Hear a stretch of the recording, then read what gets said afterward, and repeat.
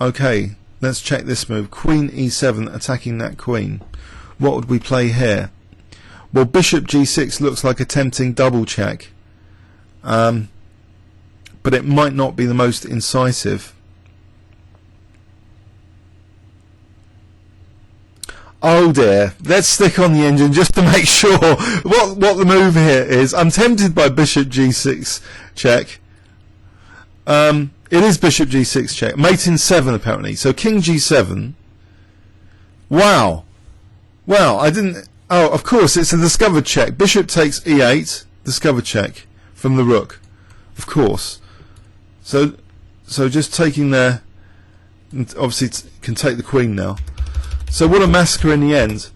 Let's have a look at this game in overview and summary. So e4, g6, we have a cross between a Perk and an Alekhine's defence, with g6 supporting the alternative knight h5, as well as knight d5, if Carlsen wanted, but knight h5. And now black immediately hits this pawn chain.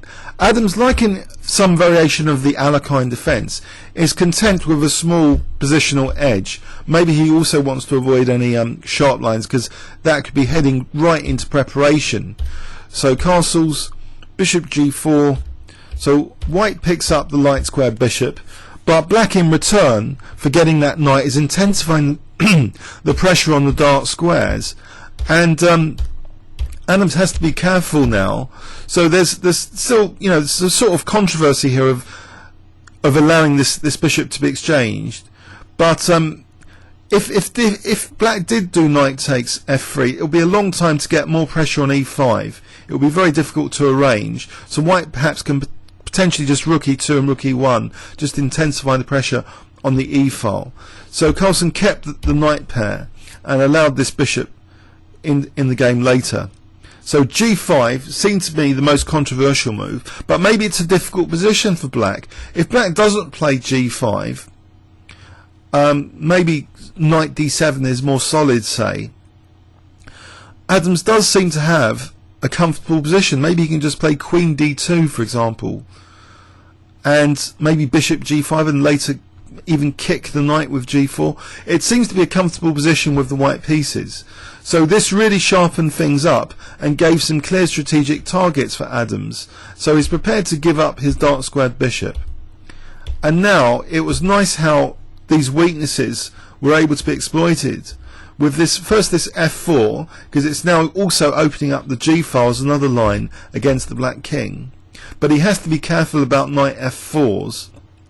But in this position, thankfully, after rook g1, knight takes f4 doesn't work, which really helps white's cause if he can just play the move rook g1, which is really the move he wants to play. So knight takes f4, as we saw, there's knight f6 and rook f1. So now rook f1, okay, some time needed. Now queen e2. So the knight retreats. Queen d3, it's on the diagonal it wants to be. And now this battery is set up. The first battery is installed on the diagonal. So bishop d1 and now this bishop c2. So it's starting to look a bit scary for the black king, but not enough to write home about just yet. So rook g6, and now there's an immediate threat of a mate in 1.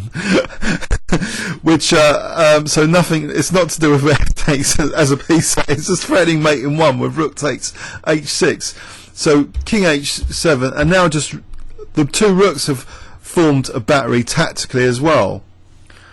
And black dare not play f takes, queen e4, there doesn't seem any defence whatsoever. So queen e7. And now Adams doesn't mind, you know, losing this knight because he's getting a treble battery on the g file, which actually creates some tactical sparks and opportunities like rook h6, which at the moment are not on. But after this queen f7, if we remember the Secret of Chess video by Maurice Ashley, queen to f7 has just released control of the h4 square and the g5 square. So these are new tactical opportunities to make use of. But first the key preparation move, bishop d1. So rook h6 is really on now. And after this, Carlsen just resigned. It's a very neat tactical conclusion to the game. I hope you enjoyed it. Please leave any comments or questions on YouTube. Thanks very much.